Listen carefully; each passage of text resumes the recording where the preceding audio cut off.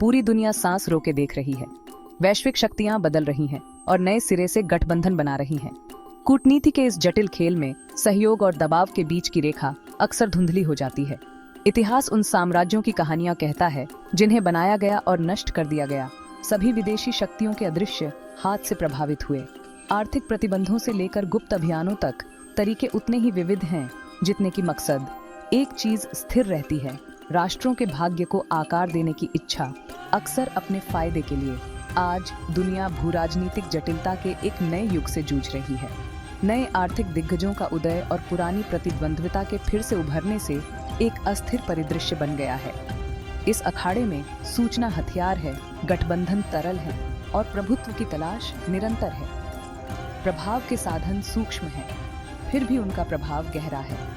आर्थिक दबाव राष्ट्रों को पंगु बना सकता है, उन्हें अधीनता के लिए मजबूर कर सकता है। सहायता के वादे को राजनीतिक फैसलों को प्रभावित करने, उत्तोलन के रूप में इस्तेमाल किया जा सकता है। दुष्प्रचार और दुष्प्रचार अभियान संस्थानों में विश्वास को कम करते हुए कलह बोते हैं। ये रणनीति, जिन्हें अक्सर गुप्त रूप से तैनात किया जाता है, सरकारों को अस्थिर कर सकती है और पूरे क्षेत्रों को फिर से आकार दे सकती है।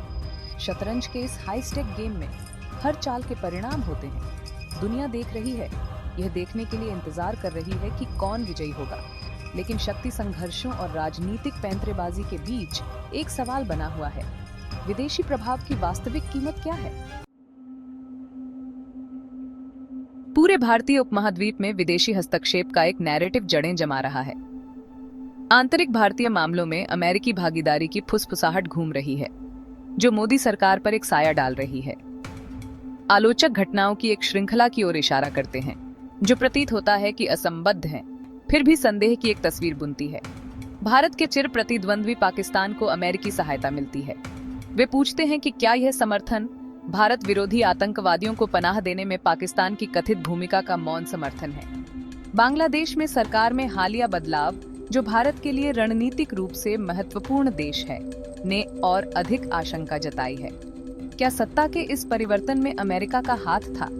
भारत के भीतर अडानी विवाद विदेशी हस्तक्षेप के आरोपों के लिए एक बिजली की छड़ बन गया है।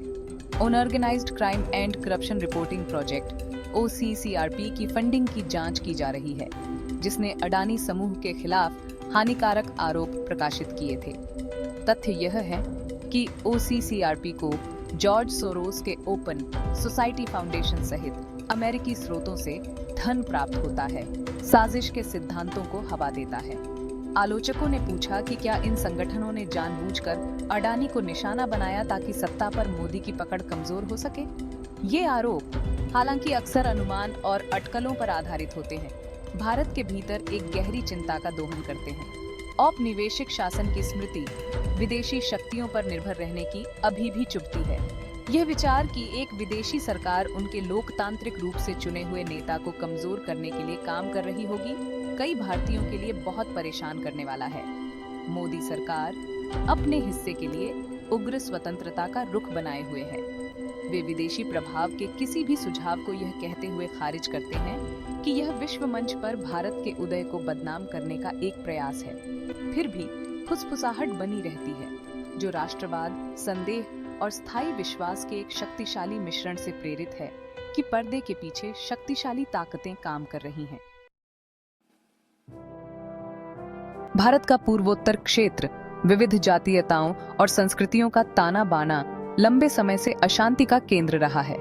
अलगाववादी आंदोलन उबल रहे हैं, जो ऐतिहासिक शिकायतों और स्वायत्तता की लालसा से प्रेरित हैं।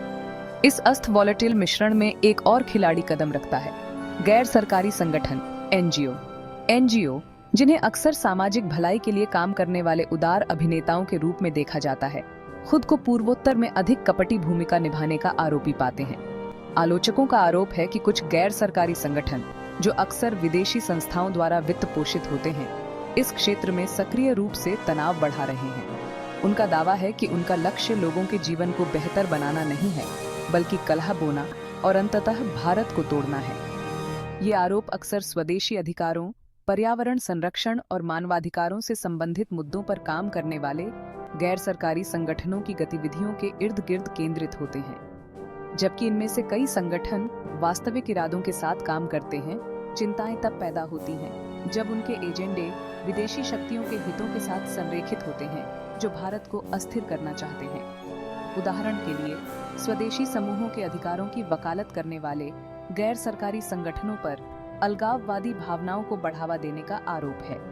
पर्यावरणीय मुद्दों पर काम करने वाले संगठनों पर भारत के आर्थिक विकास के लिए महत्वपूर्ण विकास परियोजनाओं में बाधा डालने का आरोप है। परियोजनाओं को अक्सर विदेशी निवेश द्वारा समर्थित किया जाता है और भारतीय सुरक्षा बलों द्वारा मानवाधिकारों के उल्लंघन का दस्तावेजीकरण करने वाले गैर सरकारी संगठनों पर विश्व मंच पर भारत की छवि धूमिल करने का आरोप है। ये आरोप चाहे सच हो या न हो, एनजीओ, विदेशी धन और राष्ट्रीय सुरक्षा के बीच जटिल और अक्सर भारी संबंधों को उजागर करते हैं। भाग 4, कठपुतली के पीछे का हाथ। स्थानीय नेताओं पर आरोप की उंगली विदेशी ताकतों से आगे बढ़कर स्थानीय नेताओं तक पहुंचती है, जिन पर एक बड़े भू राजनीतिक खेल में मोहरे के रूप में काम करने का आरोप लगाया जाता है। पूर्वोत्तर में नागालैंड और मणिपुर के मुख्यमंत्री क्रमशः नीफ्यू रियो और एन बीरेन सिंह खुद को विवादों के केंद्र में पाते हैं। आलोचकों का आरोप है कि ये नेता व्यक्तिगत महत्वाकांक्षा या वैचारिक झुकाव से प्रेरित होकर भारत को अस्थिर करने के लिए कथित विदेशी समर्थित एजेंडे में शामिल हैं। वे जातीय संघर्षों से निपटने के लिए मुख्यमंत्रियों की ओर इशारा करते हैं। उन पर शांतिपूर्ण समाधान की तलाश करने के बजाय तनाव को बढ़ावा देने का आरोप लगाते हैं। रियो, एक अनुभवी राजनेता जो नागालैंड की जटिल राजनीति को नेविगेट करने के इतिहास के साथ है, उन पर अलगाववादी मांगों के आगे बहुत अधिक झुकने का आरोप है। उनके आलोचकों का तर्क है कि सशस्त्र समूहों के साथ बातचीत में शामिल होने की उनकी इच्छा, जिनमें से कुछ भारत से पूर्ण स्वतंत्रता की मांग करते हैं, कमजोरी और राष्ट्रीय हितों के साथ विश्वासघात का संकेत है। दूसरी ओर, सिंह पर असंतोष से निपटने के लिए सख्त रुख अपनाने का आरोप है। उनके आलोचक प्रदर्शनकारियों के खिलाफ बल प्रयोग और प्रतिबंधात्मक कानूनों को लागू करने की ओर इशारा करते हैं, जो उनकी सत्तावादी प्रवृत्तियों के प्रमाण हैं। उनका तर्क है कि उनके कार्य अशांति को कम करने से दूर केवल हाशिए पर मौजूद समुदायों को और अलग-थलग करने और उन्हें उग्रवाद की ओर धकेलने का काम कर रहे हैं। ये आरोप चाहे पुष्ट हों या न हों, पूर्वोत्तर में विभिन्न समुदायों और सरकार के बीच मौजूद गहरे अविश्वास को रेखांकित करते हैं।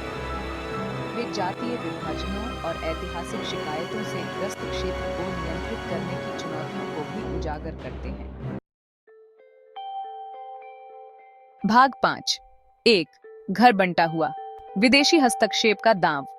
विदेशी हस्तक्षेप के आरोपों, चाहे धीमे स्वर में फुसफुसाए गए हों या छतों से घोषित किए गए हों, ने भारत के राष्ट्रीय प्रवचन पर एक लंबी छाया डाली है। उन्होंने भारतीय समाज के भीतर की खामियों को उजागर किया है, राष्ट्रीय एकता के बारे में गहरी चिंताओं और उपनिवेशवाद की स्थायी विरासत को उजागर किया है। दांव ऊंचे हैं। इस क्षेत्र और उसके बाहर शांति और स्थिरता के लिए एक स्थिर और समृद्ध भारत आवश्यक है। दूसरी ओर, एक खंडित और कमजोर भारत अपने स्वयं के हितों को आगे बढ़ाने की मांग करने वाली बाहरी ताकतों द्वारा शोषण के प्रति संवेदनशील होगा। भारत के लिए चुनौती अपने लोगों, खासकर हाशिए के समुदायों की वैध शिकायतों को दूर करते हुए अपनी संप्रभुता और क्षेत्रीय अखंडता की रक्षा करना है।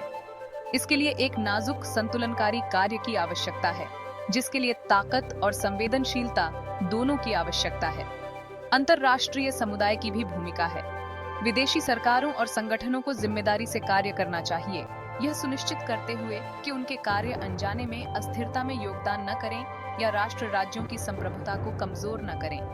बात डायलॉग, सहयोग और पारस्परिक सम्मान को अंतर्राष्ट्रीय संबंधों का मार्गदर्शन करना चाहिए, न कि हस्तक्षेप या दबाव का।